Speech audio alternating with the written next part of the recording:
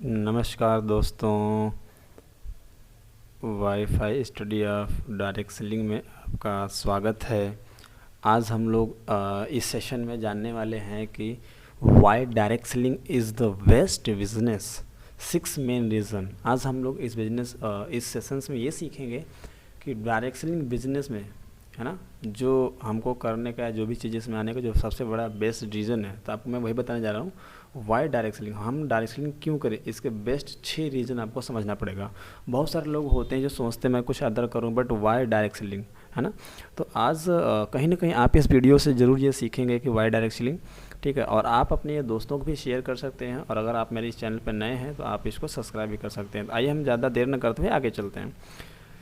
तो सबसे पहला हम इसमें 6 स्टेप जानेंगे। 6 स्टेप में हमारा सबसे फर्स्ट आपका आएगा, वो आएगा ज़ीरो कंपटीशन।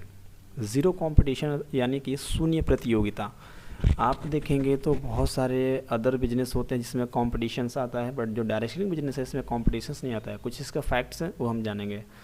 फर्स्ट, जैसे डायरेक्ट सेलिंग बिजनेस केवल भारत में ही नहीं बल्कि इस धरती पर मात्र एक ऐसा बिजनेस है जिसमें ज़ीरो कंपटीशन है। एकदम राइट। सीरियस माइंडसेट के साथ आ जाता है तो इस इंडस्ट्री को छोड़कर नहीं जाता है कोई पर्सन। यह डायरेक्ट सेलिंग बिजनेस एकमात्र ऐसा बिजनेस है जिसमें जीरो कंपटीशन है। राइट।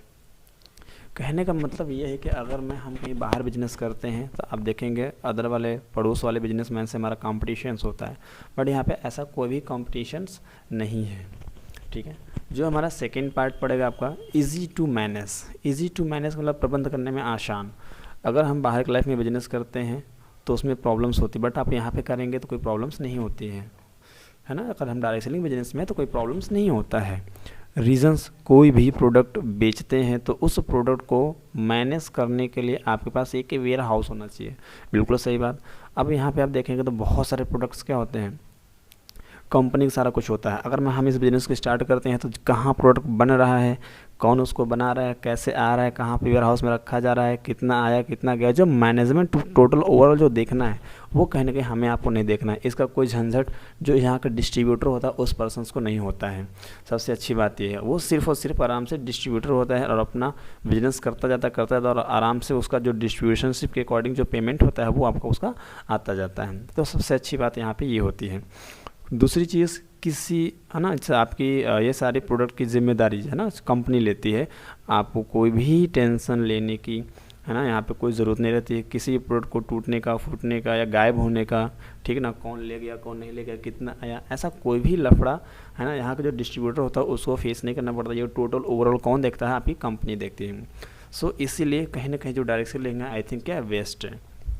इसी तरीके से आप थर्ड देखें, सिंपल से बोला गया कि जिस डायरेक्ट सेलिंग कंपनी से आप जुड़े हैं वह कंपनी यह सारी चीज़ें मैनेज कर रही है। इसमें आपको किसी भी तरह का कोई टेंशन नहीं लेना है ना। कोई भी वेयर हाउस की ज़रूरत नहीं होती इसमें, और किसी भी स्टाफ को रखने की ज़रूरत भी नहीं होती कि नहीं, जैसे बाहर बिजनेस करेंगे आप तो उसमें क्या होता है, हो सकता है 2-4-5 लोगों को रखना पड़े और उन 2-4-5 लोगों को आपको सैलरी भी प्रोवाइड करना पड़े। बट मान लीजिए आप डायरेक्ट सेलिंग बिजनेस में है तो यहाँ पे आपको क्या करना है, ना ही तो कोई वेयर हाउस की ज़रूरत पड़ेगी। अगर आप यहाँ पे स्टाफ नहीं रखते हैं, आप यहाँ पे बेस्ट बिजनेस पार्टनर्स क्रिएट करते हैं तो आपके नीचे जितने लोग क्रिएट होते चले जाएंगे उनको क्या होगा, जो सैलरी या जो पेमेंट देना होगा वो कंपनी देती है। यहाँ पे आपको कोई भी इसका टेंशन लेने की ज़रूरत नहीं होता है। जबकि अदर बिजनेस में क्या होता है, अगर लोग रखते हैं तो उनको पेमेंट भी देने का क्या होता है, टेंशन होता है।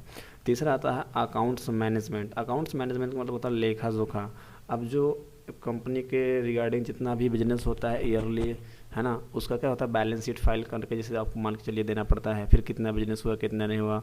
ठीक है, सारा सारा क्या करना पड़ता है, अकाउंट्स मैनेज करने होते, सारा कुछ देखना होता है। उसमें से पहला पॉइंट है, हर बड़ी कंपनी के पीछे जितना भी टर्नओवर होता है, जो भी बिजनेस होता है उसका एक बहुत ही बड़ा रोल होता है अकाउंट मैनेजमेंट का। एकदम राइट। दूसरा ऐसा पॉइंट है, कंपनी के आपको प्रोडक्ट्स कितने सेल कर रहे हैं, कितने मैन्युफैक्चर हो रहे हैं, कितने मार्केट में जा रहे हैं, यानी कंपनी का प्रोडक्ट कहाँ कहाँ खर्च हो रहा है, वह सारा मैनेजमेंट बहुत ही बड़ा टास्क होता है। जो कहने मतलब क्या होता है, यहाँ के डिस्ट्रीब्यूटर का कोई टेंशन नहीं लेना होता है। ये सारा कौन देखता है, ओवरऑल कंपनी देखती है। इसीलिए डायरेक्ट सेलिंग करना बहुत ही ज़रूरी है और आपके लिए अच्छा भी है। अगर आप डायरेक्ट सेलिंग बिजनेस में हैं तो आपको इन सारे टास्क का टेंशन आपको लेने की ज़रूरत नहीं पड़ती है, इसका सारा जिम्मेदारी कंपनी उठाती है। लेकिन अगर आप कंपनी खड़ी करते हैं तो ये सारी जिम्मेदारी उठाना पड़ेगा। यानी कि अगर आप अपना खुद का बिजनेस करना स्टार्ट करते हैं तो ये सारे प्रॉब्लम्स को फेस करना पड़ता है, ये सारी रिस्पॉन्सिबिलिटीज़ को हैंड ओवर करना पड़ता है, टेक ओवर करना पड़ता है। बट अगर आप मान लीजिए किसी कंपनी में जुड़ कर काम कर रहे हैं तो ये सारे जो भी हमने 4 पॉइंट्स बताया आपका अकाउंट्स मैनेजमेंट में, ये सारी चीज़ें आपको करने की कोई ज़रूरत नहीं पड़ेगी। हमारा जो अगला आता है आपका प्रोडक्ट्स एंड सर्विसेज, उत्पाद एंड सेवा।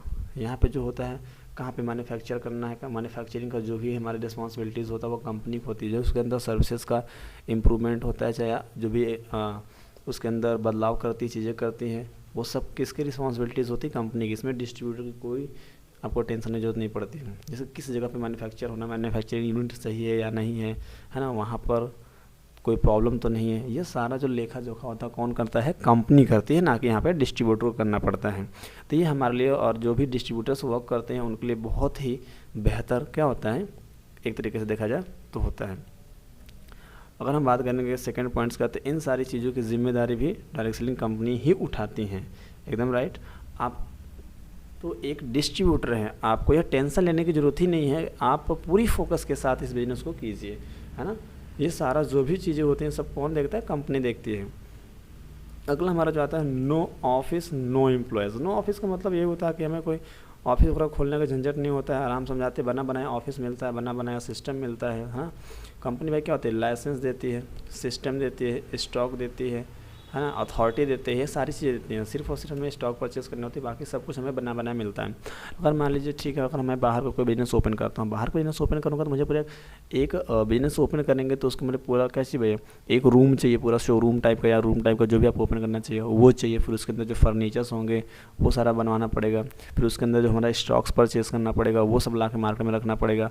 और फिर सब कुछ करने के बाद, इतना सारा पैसा इन्वेस्ट करने के बाद फिर जाके हम क्या करेंगे, स्टार्ट कर सकते हैं बिजनेस का। फिर कितनी सारी रिस्पॉन्सिबिलिटीज़ होती हैं, है ना। कोई प्रॉब्लम्स ना जाए, अगर सामान टूट गया, चोरी हो गया, हर एक चीज़ रिस्पॉन्सिबिलिटीज़ किसकी होती है, खुद उस पर्सन की होती है जो बिजनेस ओपन करता है। बट डायरेक्ट सेलिंग बिजनेस अगर हम करते हैं तो डायरेक्ट सेलिंग बिजनेस में हमें ना ही कोई ऑफिस ओपन करना पड़ता है, ना ही हमें यहाँ पे एम्प्लॉय हायर करना पड़ता है, ना ही उसको पेमेंट देना है। सिर्फ और सिर्फ लाइफ में वन टाइम प्रोडक्ट परचेज करना होता है और अपना बिजनेस स्टार्ट करके रन करना होता है। तो I think direct selling business is the best business to another business, है ना। तो आप इसको अपने फ्रेंड्स को, दोस्त को समझा सकते हो। अगर आप डायरेक्ट सेलिंग बिजनेस कर रहे हैं ना, लिखा हुआ भी साफ साफ, आप अगर डायरेक्ट सेलिंग कर रहे हैं तो आपके लिए कोई भी ऑफिस नहीं खोलना पड़ेगा। ऐसा सेकेंड पॉइंट है, कोई भी एम्प्लॉय नहीं रखना पड़ेगा और ऑफिस का किराया देने की ज़रूरत नहीं है, आपको बिजली का बिल देने की ज़रूरत नहीं है। एकदम राइट। आपको यह टेंशन लेने की ज़रूरत नहीं है कि आपके लिए ऑफिस कहाँ खोलें। एकदम राइट। कितने एम्प्लॉय को रखें, इन सारी चीज़ों का टेंशन बिल्कुल आपको लेने की ज़रूरत नहीं पड़ती है, ठीक है ना। तो इसलिए हमें और आपको भी डायरेक्ट सेलिंग करनी चाहिए। और हमारा लास्ट वाला जो 6 है, कंपनी का खुलना या बंद होना किस पे निर्भर करता है। अब इस पॉइंट्स को आपको समझना पड़ेगा। क्या आपको यह पता है कि इस दुनिया में बहुत सारी कंपनियां ऐसी हैं खुलती हैं और बंद हो जाती हैं। इसका कारण, मतलब इसका क्या कारण है, आइए हम रीजंस जानते हैं। तो क्योंकि बहुत सारी कंपनियां हैं जो एक साथ ऐसा होता है कि कंपनियां काम तो बिल्कुल सही कर रही होती हैं, लेकिन कुछ कंपनियों में या उस कंपनी में ताला लग जाता है। तो पता है ऐसा क्यों होता है, आइए हम और आप रीजंस जानेंगे। क्योंकि वह कंपनी का लीगल सही तरीके से काम नहीं करते हैं, जिसकी वजह से वो बंद हो जाते हैं। इस दुनिया में किसी भी बिजनेस में कुछ ऐसे कानून भी होते हैं, कुछ उसका नियम भी होते हैं।